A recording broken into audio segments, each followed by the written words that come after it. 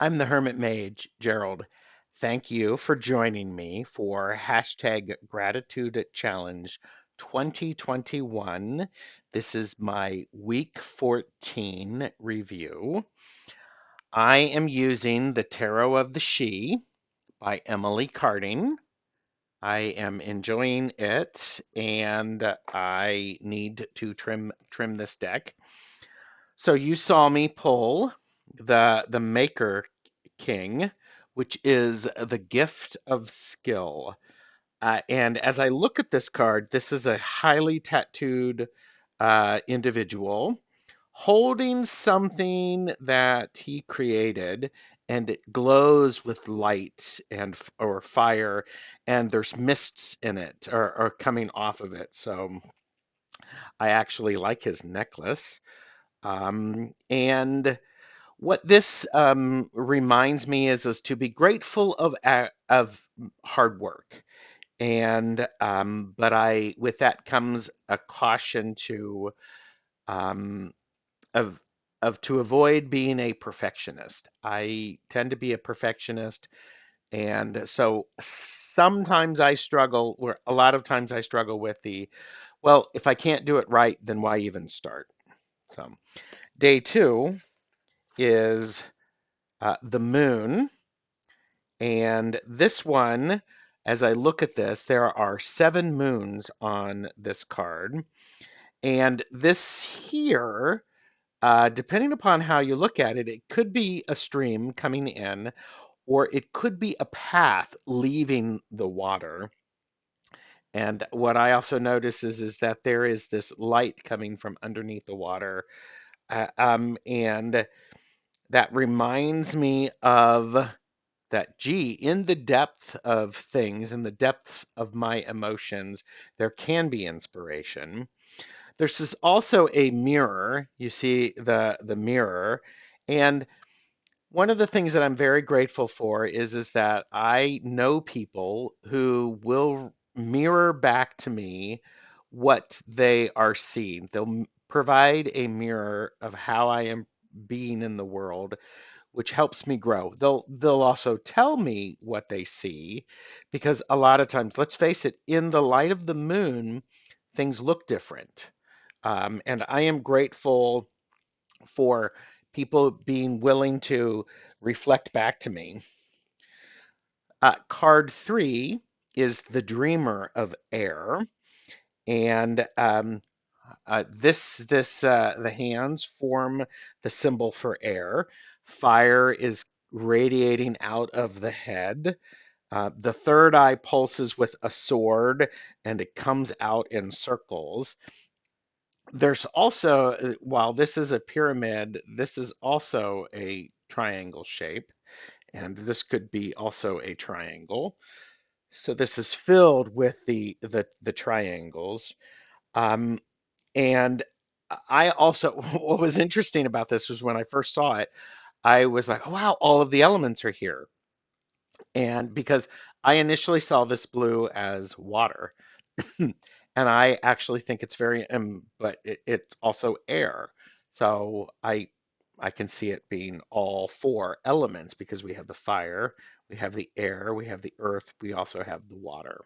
So um, I'm grateful right now because there have been times when I've had some inspired thoughts, and that has come through the new moon in Aries and some readings that I have done about that. That if you care to see what I did for my new moon reading in Aries, let me know in the comments below. So I just, that's a really interesting card.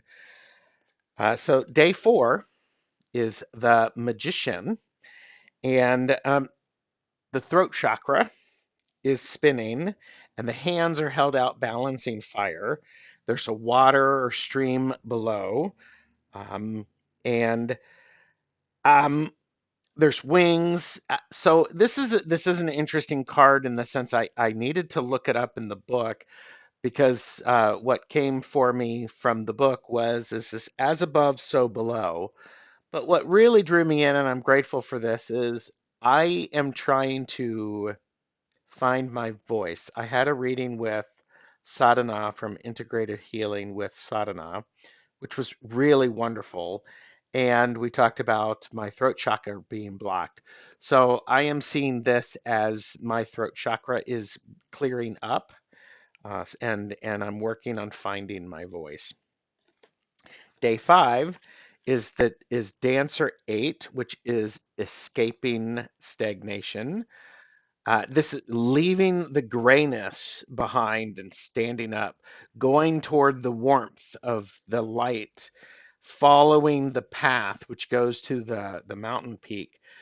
Um, and this is renewal and shedding of the past. There's this just leaving, and the grayness is just dripping off of this person. So I'm working on being grateful for the challenges of shedding the past. This was the card that I pulled on the day of the new moon in Aries, and it works beautifully with the other readings that I did. Day 6 is the Maker 3, which is labor's fruit. And again, we have the symbol for the element of earth. And look how the energy between this being's hands from the palm chakras are radiating out and actually helping this uh, plant grow. But it took me a minute to see that it's actually coming from the third eye to the hands and there. So for me, it reminds me of be grateful for the practice and being able to pull energy from other places. And so that's a good thing. Day seven's card was the Maker Prince and the gift of connection. This being is communing with the tree. He's got a butterfly and an owl, and there's other plants around, and the dog.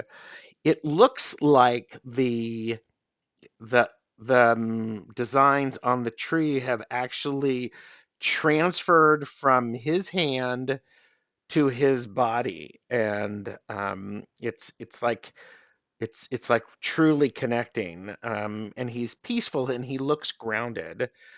Um, and so I'm grateful for my ability to be grounded. It does remind me that it would probably be a good idea to ground a little bit more.